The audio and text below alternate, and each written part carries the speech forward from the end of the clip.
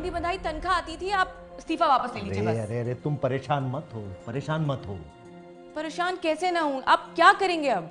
सुनो, मैंने बहुत सोचा इस बारे में, अब बहुत हो चुका है, सच में बहुत हो गया नीलम, तुम देखती जाओ बस। अच्छा मुझे बहुत भूख लगी है, तुम खाना लगाओ, मैं नहा कर आता हूं।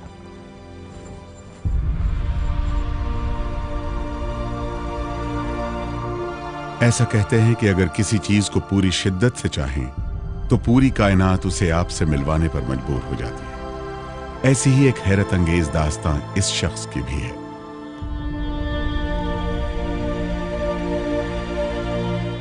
जिसने नेक मकसद से जब अपनी नौकरी छोड़ी तो देखते ही देखते वो मुकद्दर का सिकंदर बन गया और उसकी जिंदगी बन गई लोगों के लिए एक मिसाल।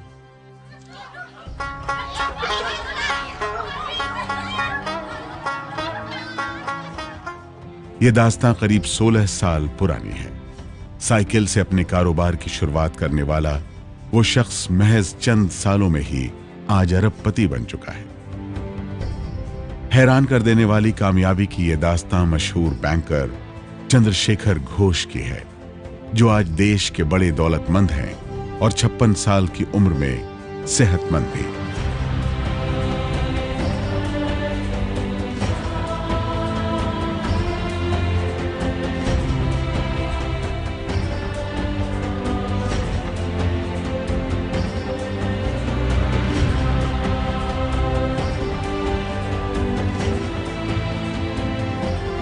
चुनौतियों के बीच भी चेहरे पर मुस्कान रखने वाले चंद्रशेखर घोष की बस इतनी ही सी पहचान नहीं है।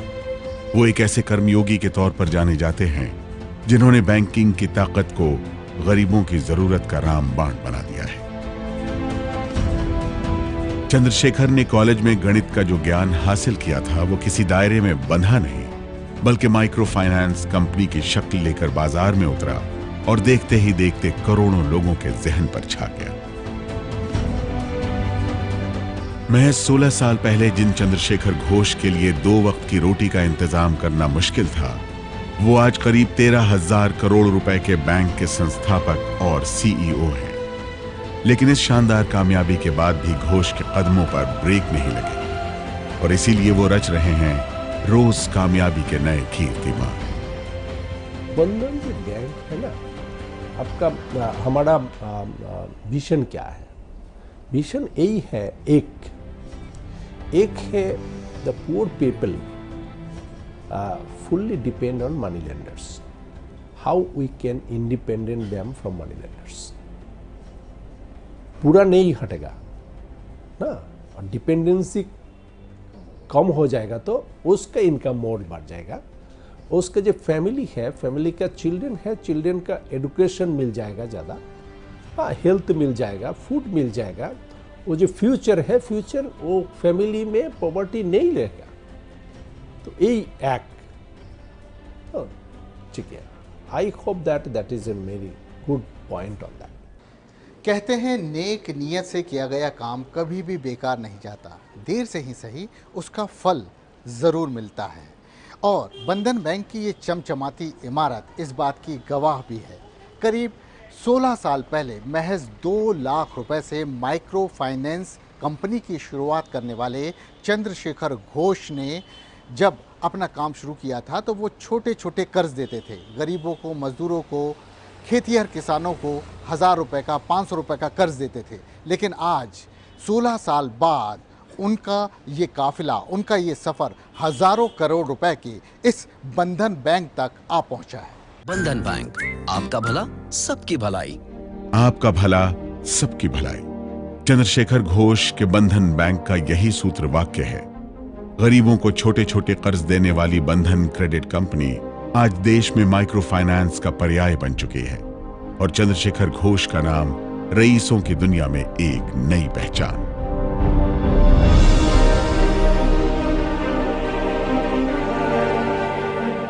लेकिन कैसे बंगाल की सड़कों पर भटकने वाला एक गुमनाम सा शख्स चंद बरसों में ही देश के ऊंचे लोगों में शुमार हो गया, ये दास्तां भी हम आपको बताएंगे आगे। लेकिन पहले ये अनसुनी कहानी खुद चंद्रशेखर घोष की जुबानी सुनिए। आपने गरीबों का दर्द समझा और उनके लिए इतना लंबा सफ़र तय किया, इतनी मेहनत की।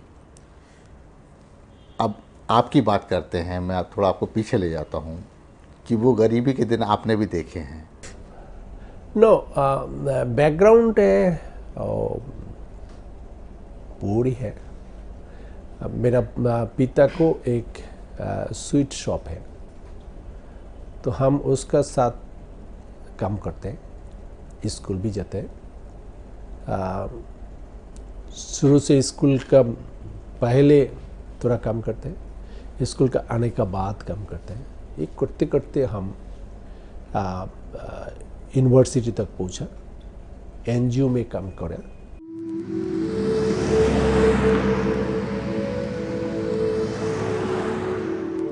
शून्य से शिखर की ये दास्तां करीब 56 साल पहले उत्तर पूर्वी राज्य त्रिपुरा से शुरू होती है। चंद्रशेखर घोष का जन्म अगरतला के भट्टापुकुर में 1960 में एक बंगाली परिवार में हुआ था। घोष के परिवार में माता पिता के अलावा 4 भाई और 2 बहनें भी हैं, लेकिन उनके खानदान का इतिहास काफी पुराना है, जिसकी जड़ें बांग्लादेश की राजधानी ढाका से जुड़ी हुई है। दरअसल अंग्रेजों के दौर में चंद्रशेखर के दादा नबीन घोष ढाका के सोनार गांव में रहते थे, लेकिन बाद में उन्होंने कोमिला में मिठाई की दुकान खोल ली थी। पहले कोमिला शहर ग्रेटर त्रिपुरा का हिस्सा था, और यही वजह है कि आजादी के बाद जब भारत का बंटवारा हुआ तो घोष परिवार त्रिपुरा के अगरतला में आकर बस गया था। और फिर यहीं चंद्रशेखर घोष के पिता हरिपदा घोष ने अपनी मिठाई की दुकान खोल ली थी। दूर है किनारा खेत। अरे सोबू आज फिर नहीं आया क्या? नहीं आया साहब जी, बोला तो तबीयत ठीक नहीं है। उसकी तबीयत कभी ठीक नहीं रहती क्या? सब पूछो मत। पिताजी क्या बना रहे हो? अरे चंदू आओ आओ, जरा हाथ बटाओ और देखो जरा चाशनी संभालो, तब तक मैं रसगुल्ले तैयार कर लेता हूँ। पर पिताजी अभी इसमें और कितना टाइम लगेगा? 10 मिनट लगेंगे बेटा। दुकान है, दुकान थोड़ा गांव का विलेज में जो मार्केट है ना, बाजार है ना, उसका तरफ है। वो छोटा दुकान है और नॉट बिग है। उसका कर्मचारी है 1-2, कैसे उस दिन भी आएगा। Sometimes the people has not come to work, I work with them. I know how it can be make the rasgulla, jalebi. I knew it and I done it. Now I have been not done it on that. Chandrashekhar Ghosh का बचपन तो बांग्लादेश के सोनार गांव में बीता, लेकिन उनकी शुरुआती जिंदगी एक जगह से दूसरी जगह भटकते हुए ही गुजरी है। 1971 में वो सोनार गांव से वापस त्रिपुरा लौट आए थे, लेकिन जब पाकिस्तान से अलग होकर बांग्लादेश वजूद में आया तो चंद्रशेखर असम के मिरियानी जोरहट में अपने चाचा के पास चले गए थे। उन दिनों चंद्रशेखर के चाचा सदानंद घोष रेलवे स्टेशन पर चाय और नाश्ता बेचने का काम करते थे। यही नहीं, चंद्रशेखर घोष कुछ वक्त के लिए सिलीगुड़ी में भी रहे, जहां उनके पिता एक रेस्टोरेंट चलाते थे। घोष परिवार के लिए घोर गरीबी के ये वो मुश्किल भरे दिन थे जब बालक चंद्रशेखर को स्कूल की पढ़ाई छोड़कर परिवार के डेयरी बिजनेस में हाथ बटाना पड़ा था। That is a very tough time I have been passed on that, and this is that helped me to understand the poverty, pain, no, about that, how people earning are not matching the day-to-day expenditure of the family on that. My mother is taken very good step on that. She took 4 cows and milk, no, sell the milks, and I am also the one of the earner, and sweet shop have been stopped, that have been not run any person. Chandrashekhar Ghosh की जिंदगी हर दिन एक नया इम्तिहान लेती थी। गरीबी से संघर्ष के उन दिनों में एक बार फिर उन्होंने बांग्लादेश का रुख किया, जहां उनके रिश्तेदार अब भी रह रहे थे। ढाका में चंद्रशेखर घोष ने न सिर्फ अपनी स्कूल की पढ़ाई पूरी की, बल्कि ढाका विश्वविद्यालय से उन्होंने सांख्यिकी में मास्टर डिग्री भी हासिल की है। खास बात यह है कि स्कूल की पढ़ाई के दौरान जहां वो रामकृष्ण मिशन के आश्रम में रहे, वहीं कॉलेज की पढ़ाई उन्होंने एक मंदिर में रहकर पूरी की थी। 3 चीज़ें, एक चीज़ द पॉवर्टी का है, दोनों चीज़ें हम एक मौका मिला, उसका उधर रामकृष्ण मिशन है, उधर हम पढ़ने का मौका मिला। My higher secondary and my masters, higher secondary I have been stayed in a Ramakrishna mission, and they are spend my all cost everything. Masters I have been stayed in a Brajananda temple in Dhaka. I studied in Dhaka University, and Brajananda temple have been spent my all cost on that, food, residence and everything. So that is in another have been the opportunities on that to come as a complete masters. Chandrashekhar Ghosh की जिंदगी में कुदरत का सबसे कड़ा इम्तिहान अभी बाकी था। 1985 वो साल था जब उन्होंने कॉलेज से डिग्री हासिल की थी, लेकिन इसी साल उनके पिता का कैंसर की बीमारी से निधन हो गया। परिवार की जिम्मेदारी अब घर के सबसे बड़े बेटे के कंधों पर आ गई थी। लेकिन इसी दौरान एक बार फिर चंद्रशेखर घोष की किस्मत ने करवट बदली। BRAC, ब्राक, यानी बांग्लादेश रूरल एडवांसमेंट कमेटी नाम के NGO में उन्हें प्रोग्राम ऑर्गेनाइजर की नौकरी मिल गई। बांग्लादेश में ब्राक नाम का ये NGO आज भी गरीबों को रोजगार देने और गरीबी दूर करने के अपने मिशन पर काम करता है। चंद्रशेखर की पहली पोस्टिंग बांग्लादेश के बाढ़ प्रभावित पूर्वोत्तर जिले गई बंधा में हुई थी। यह जिला ठंडे तूफान से प्रभावित था, इसलिए यहां हमेशा भोजन की समस्या बनी रहती है।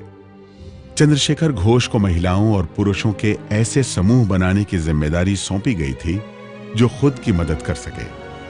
साथ ही उन्हें यह जिम्मेदारी भी दी गई कि वो अपने हक के लिए लड़ने के लिए गरीबों को प्रेरित करें।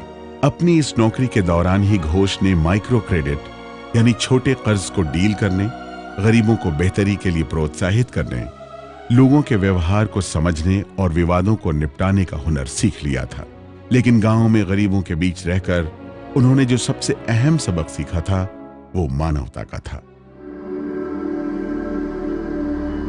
NGO में नौकरी के दौरान चंद्रशेखर घोष साइकिल से ही लंबा सफर तय किया करते थे। सुबह महिलाओं से तो शाम को पुरुषों से घूम घूम कर पूरे इलाके में मुलाकात किया करते थे। उन दिनों उनकी तनख्वाह 1000 टका यानी करीब 860 रुपए महीना हुआ करती थी, जो बाद में बढ़कर 5000 रुपए तक पहुंच गई थी। गुजरते वक्त के साथ चंद्रशेखर घोष तरक्की करते गए और नौकरी के दौरान ही उन्होंने 2 सबसे अहम सबक भी सीखे कि अनुशासन, ट्रेनिंग और शिक्षा के बगैर मानव विकास बेमानी है। और उन्होंने ये भी सीखा कि अगर गरीब लोगों को फ्री में पैसा दे दिया जाए तो वो उसकी कदर और परवाह नहीं करते हैं। चंद्रशेखर घोष की जिंदगी के यही 2 सबक आगे चलकर उनके NGO बंधन की नींव बने, वो बंधन जो उन्होंने नौकरी छोड़कर बनाया था।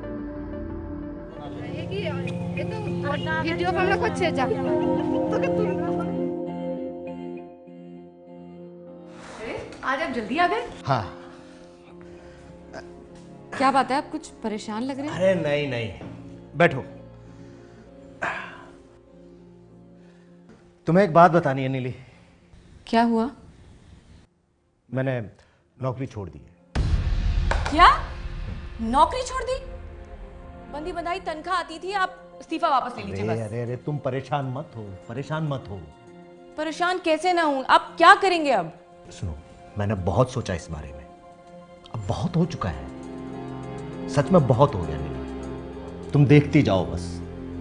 अच्छा मुझे बहुत भूख लगी है, तुम खाना लगाओ, मैं नहा कर आता हूं।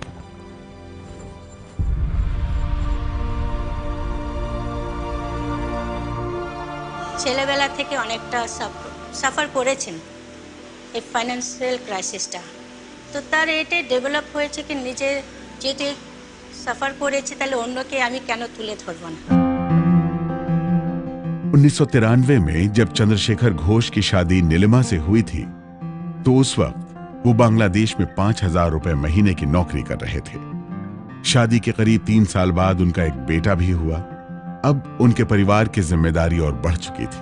ऐसे हालात में जब घोष ने नौकरी छोड़ने का फैसला लिया तो उनके परिवार में जैसे भूचाल आ गया था। लेकिन जिम्मेदारियों का पहाड़ और परिवार का दबाव भी घोष को उनके इरादे से डिगा नहीं सके। उसका टाइम हमका मेरा सैलरी है 5,000 रुपीज़ है, तो हम बोलते 5,000 रुपीज़ क्या होगा मेरा एक बेटा है, कौन स्कूल में पढ़ेगा। तो थोड़ा बातचीत हुआ, but she is not try stop the crime. Morning हमारा एक कॉल मिला my brother in law call किया हमको, अरे क्या करते हैं अब, मैड है, नौकरी छोड़ेगा, अरे ये परमानेंट है, नहीं चाहिए सर। नो, वो भी बोलता है हमको 1-2 घंटा, तो उनका मोटिवेशन दिया, नो मेरा कॉन्फिडेंस बोलते हैं हम करेगा, कुछ हो जाएगा, आप देखो। तो उसका टाइम थोड़ा आ गया ना, दो बोला, बीबी का बस बोला, मेरा ब्रदर इन लॉ को बोला, माई relatives also friends and relatives also go far away from me, they also feel that he may be ask money। तो उसका जो सिचुएशन है वो थोड़ा अपोजिट है, तो I own that situation with my confidence. 20वीं सदी खत्म होने को थी। साल 2000 का ये वो वक्त था जब पश्चिम बंगाल में बुद्धदेव भट्टाचार्य के नेतृत्व में वामपंथी सरकार की हुकूमत थी। बांग्लादेश से भारत लौटे घोष के जेब में ज्यादा पैसे नहीं थे, वो रोजगार की तलाश में भटक रहे थे। चंद्रशेखर घोष के मुताबिक उनके जहन में अपनी खुद की कंपनी खोलने का ख्याल तक नहीं था। लेकिन एक दिन जब वो कोलकाता के कच्चा बाजार में घूम रहे थे, तभी उन्होंने सब्जी बेचने वालों को बेहद ऊंची दरों पर कर्ज लेते देखा, और बस यहीं से उनकी दुनिया बदल गई। मॉर्निंग में एक लोग आता है सुबह, और 500 रुपया देता है एक वेजिटेबल सेलर्स को, वो लेके 5 रुपया उसको दे दिया। तो इवनिंग में वो आता है और 500 रुपये ले जाता है। तो हम पूछा जे हाफ दिन के लिए क्यों 1% इंटरेस्ट देता है, वो तो 700 का ज़्यादा हो जाएगा। तो बोलता है नहीं, ये तो 5 रुपीज़ है। वो समझता नहीं ये परसेंटेज क्या है, तो कैलकुलेशन करना नहीं है, इंटरेस्ट कैलकुलेशन का लिए। तो वो बोलते हैं जो 5 रुपीज़ है, वो तो मेरा 2 कप का टी है, ये 700% ज़्यादा हो गया। तो इसीलिए हम बोला जे अच्छा उसका रियल फैक्ट क्या है बैक में, तो नहीं पूछता है। वो बोला देखो हमारा लिए कोई भी बैंक नहीं है, कोई भी इंस्टीट्यूशन भी नहीं है वो पैसा देने का लिए, तो यही मेरा एक मौका है। सेकेंड बोला जे ये लोग सुबह से मेरा पास आ रही है, मेरे दे रही है, और इवनिंग में अगेन आ रही है और ले रही है।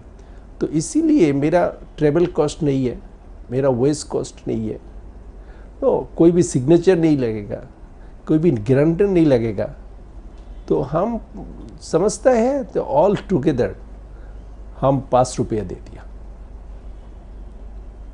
सो इसीलिए हम समझता है अच्छा इसके डिमांड है, छोटा डिमांड है, बैंक का पास ये छोटा अच्छा नहीं लगता है, कॉस्ट इफेक्टिव नहीं होता है, और इसके लोग में गारंटी नहीं मिलते हैं तो उसको देना नहीं मैं चाहता है। सो हम समझते हैं जो how I can give it them, then I have been started on that. इसीलिए हम शुरू करते हैं। चंद्रशेखर घोष ने साल 2001 में बंधन नाम की माइक्रो फाइनेंस कंपनी शुरू की थी। उस वक्त उनकी जेब में महज 2 लाख रुपए थे। घोष ने अपने एक रिश्तेदार से 1.5 लाख रुपए उधार भी लिए थे, लेकिन सिर्फ 3 महीने में ही कंपनी का सारा पैसा खत्म हो गया। दरअसल घोष ने जो पैसे गरीबों को बतौर कर्ज दिया था, उसकी रीपेमेंट यानी कर्ज की वापसी अगले 1.5 साल में होना तय थी। ऐसे मुश्किल हालात में फंड जुटाने के लिए चंद्रशेखर घोष को बैंक का दरवाजा खटखटाना पड़ा। पहले क्या होता है, वो तो बैंक पर पास गया, तो जो भी बैंक पर पास गया, सब बैंक बोला नहीं होगा, अभी नहीं मिलेगा। क्यों नहीं मिलेगा? ये देखो, आपका तीनों कंडीशन चाहिए, फुलफिल करना चाहिए।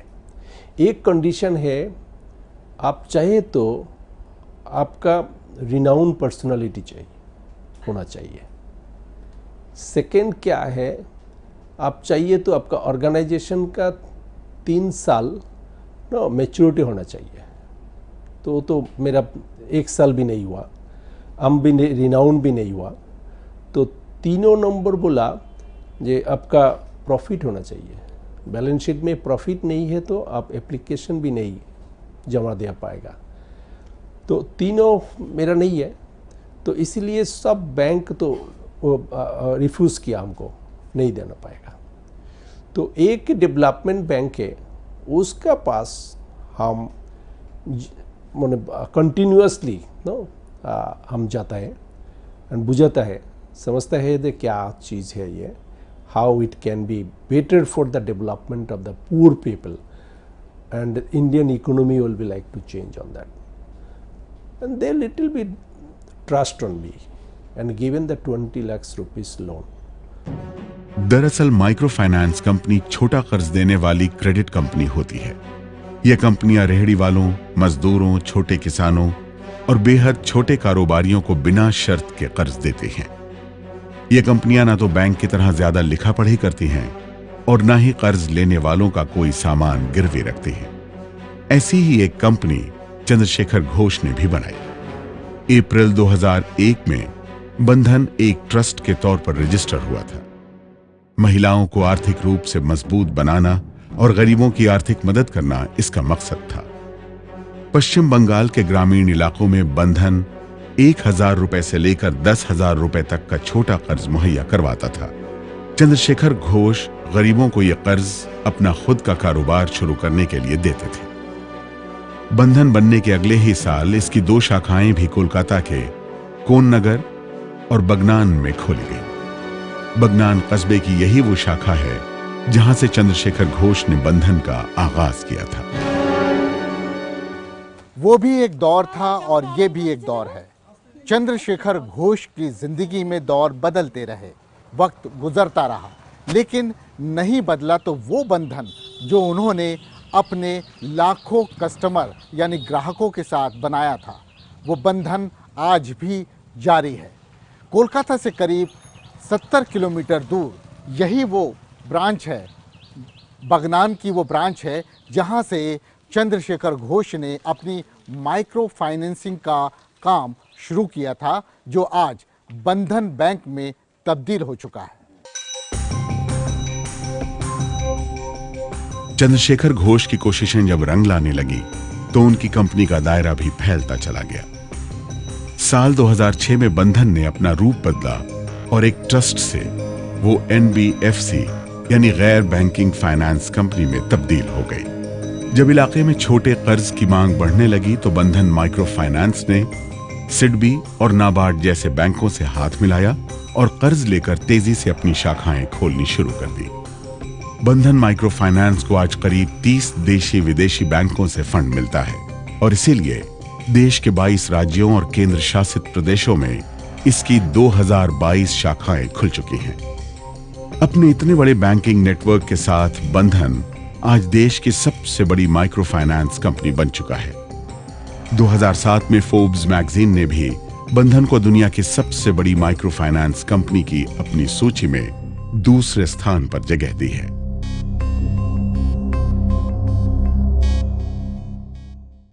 तो आप अपने ही पैसे से लोन दे रहे थे लोगों को? हाँ, और उसमें गारंटी वगैरह क्या होती थी? कुछ गारंटी नहीं है, procedure था कुछ जब नहीं, कहीं नहीं पूछते हैं। पूछते हैं जे क्या करते हैं, तो हम सब्जी बिक्री करते हैं, कितना लगेगा? 500, 1000 ले लो, करो बिजनेस। तो टर्म कंडीशन क्या होती थी? Weekly they will be repaid to us, EMI है। सो इसीलिए शुरू किया। जैसे आपने 1000 किसी को दिया लोन, तो उसका EMI कितना होता था और उस पर इंटरेस्ट कितना होता था? 22 रुपया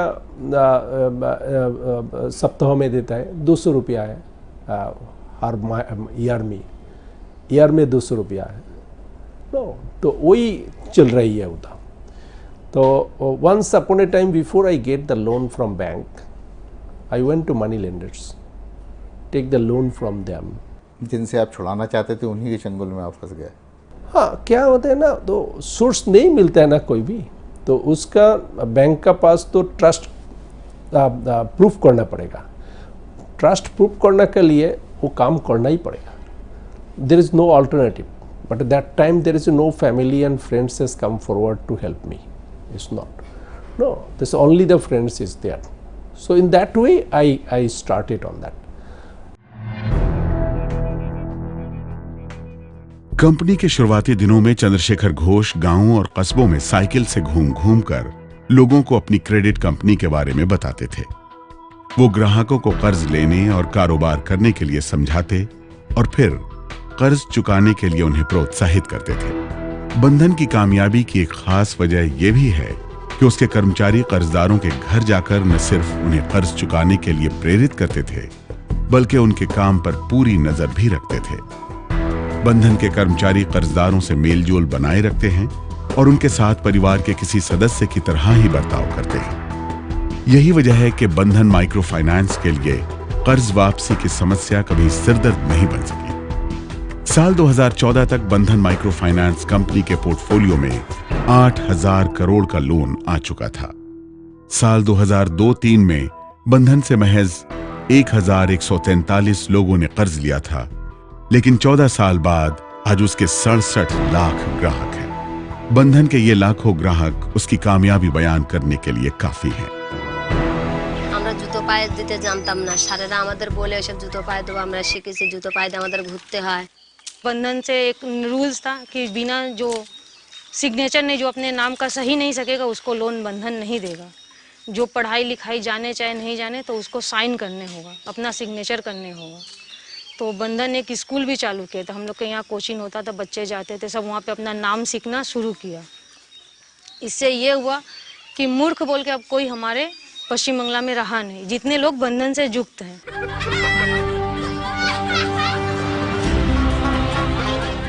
लाखों गरीबों के चेहरे पर मुस्कुराहट लाने वाला बंधन अब एक बैंक बन चुका है।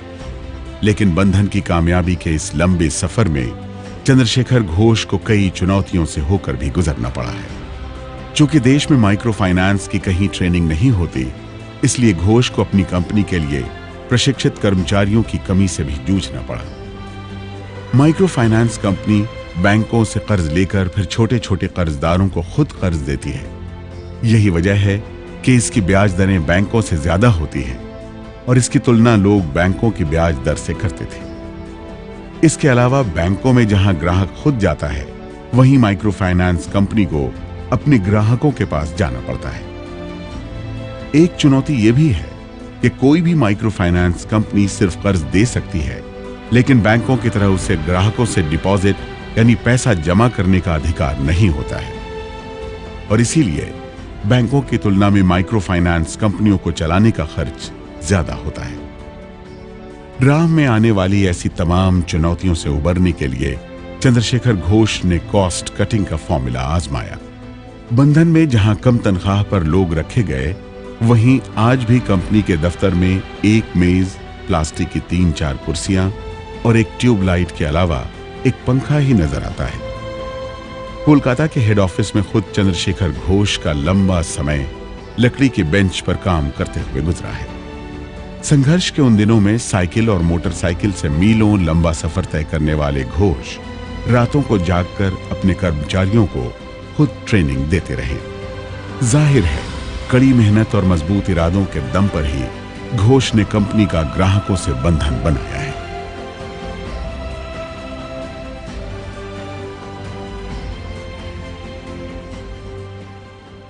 There is no calling bell, there is no peon, there is no accountant, but I am trying to build up the good cost effective model how I can reduce. So वो जो cost management का cost है वो तो हम कम नहीं पाएगा. I cannot change from how much I can be saved from plastic tool to गंदी चौकी, not much more. So इसीलिए हम बोलते हैं कि हमारा काटने का मौका किधर है, और कॉस्ट ऑफ फंड का है. तो कॉस्ट का फंड बैंक का बोलेगा तो भाई इंटरेस्ट कमाओ, वो नहीं कमाएगा, उसका तो सस्टेनेबल होना चाहिए, तो वो नहीं कमाएगा तो हम नहीं कमाना पाएगा. तो इसीलिए हम बोला, गवर्नमेंट को बोला, आरबीआई को बोला, can you permit me, I can be take the deposit from people, then I will be cut my interest and lending rate to the poor people. They say that no, अब नहीं पाएगा, NBFC को ये permission नहीं देगा हमको, only bank you can be take. Bandhan की राह में बाधाएं बेशुमार थी और उनका इलाज सिर्फ एक. लेकिन साल 2010 बंधन माइक्रो फाइनेंस के सफर में अहम टर्निंग पॉइंट साबित हुआ. रिजर्व बैंक ऑफ इंडिया ने नए बैंक लाइसेंस देने का ऐलान किया तो बंधन जैसी नॉन बैंकिंग फाइनेंस कंपनी को बैठे बिठाए बैंक खोलने का सुनहरा मौका हाथ लग गया. लेकिन मुकाबला बेहद कड़ा था. बैंकिंग लाइसेंस के लिए 26 कंपनियों ने आवेदन दिया था. Aditya Birla group, Tata sons, India bull, Reliance group और बजाज समूह जैसे देश की नामचीन कंपनियां लाइसेंस लेने की कतार में खड़ी थी.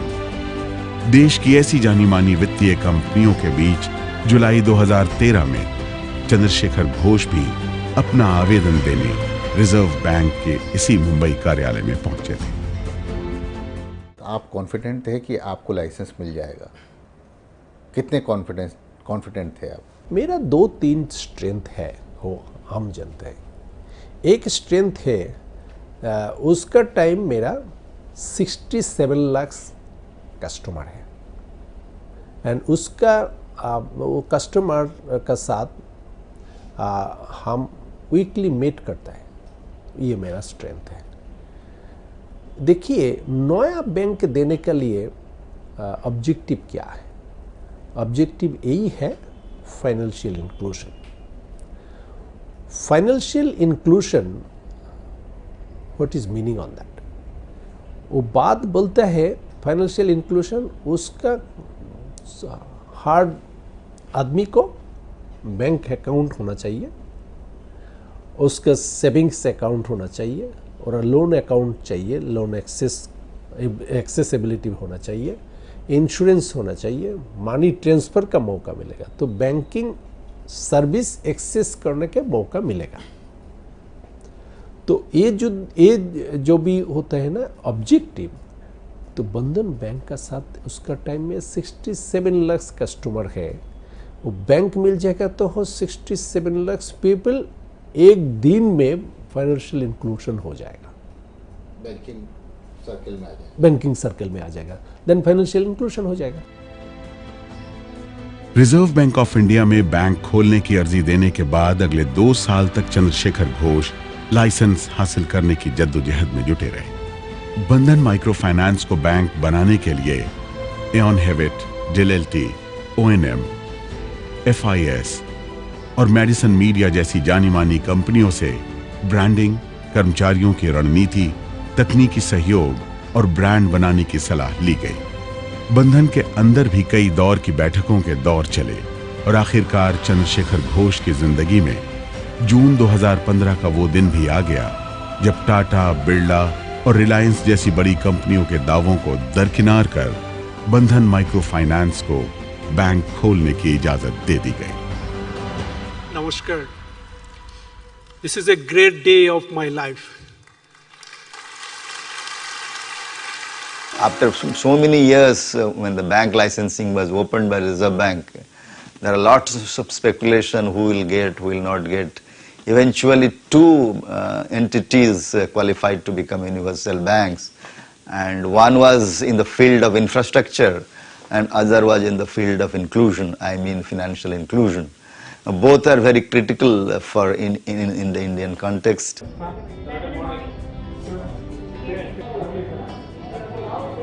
साथियों,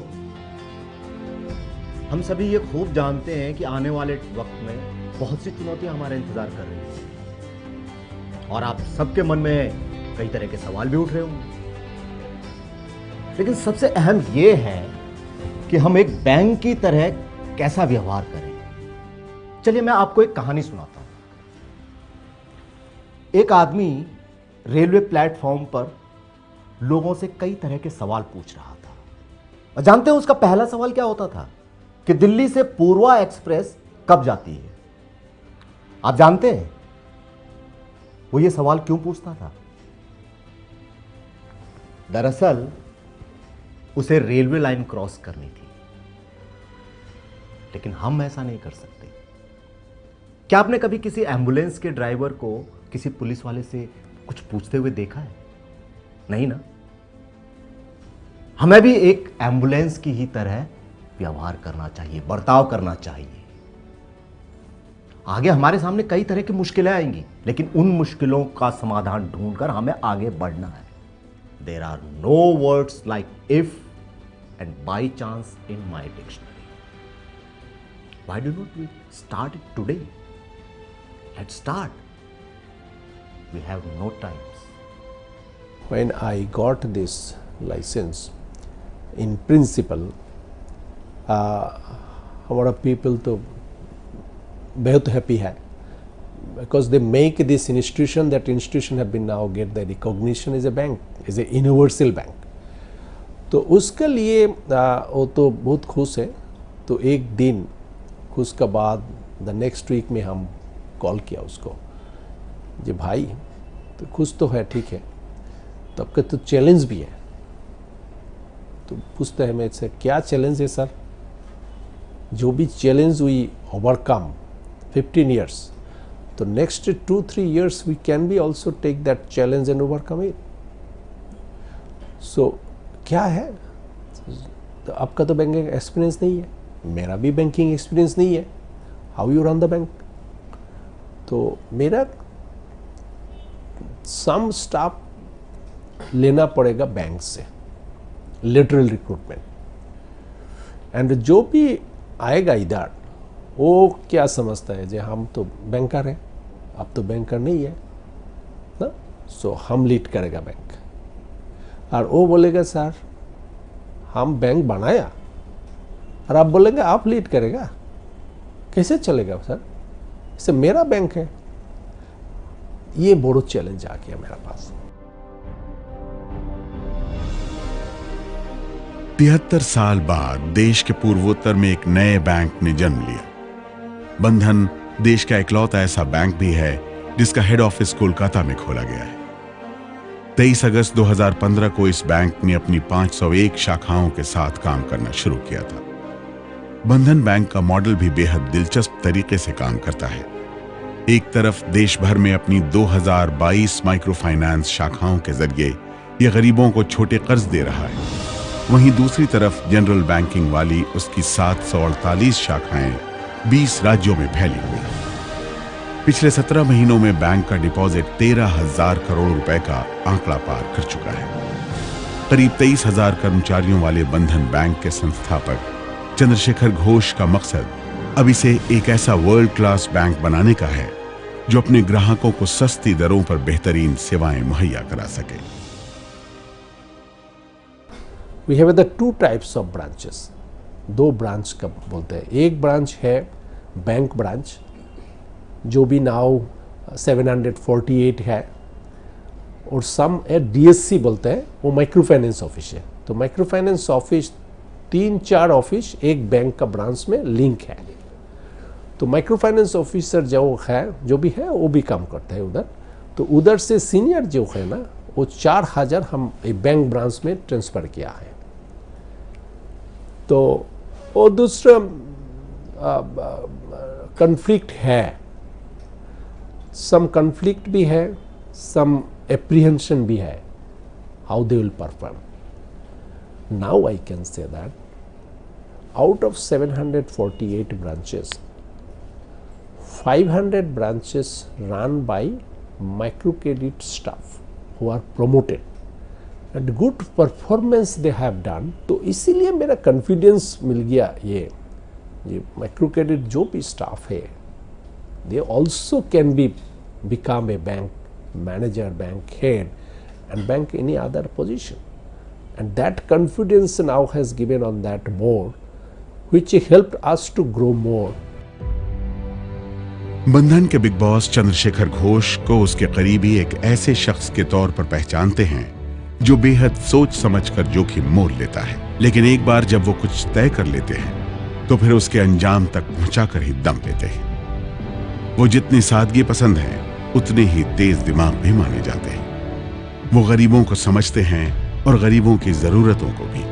तेजी से फैसले लेने वाले घोष हमेशा नए आइडिया की तलाश में रहते हैं। उन्हें एक ऐसे शख्स के तौर पर भी जाना जाता है जो हमेशा सही वक्त पर सही जगह पर खड़ा होता है, और यही वजह है कि महज 2 लाख रुपए से बंधन शुरू करने वाले घोष का कारवां 16 सालों में हजारों करोड़ रुपए की बैंकिंग कारोबार तक जा पहुंचा है। लेकिन बंधन के इस बेमिसाल कामयाबी के बाद भी चंद्रशेखर घोष की जिंदगी में अगर कुछ बदला है तो बस उनका ये ऑफिस, ये लग्जरी गाड़ी और साए की तरह साथ रहने वाला ये बॉडीगार्ड।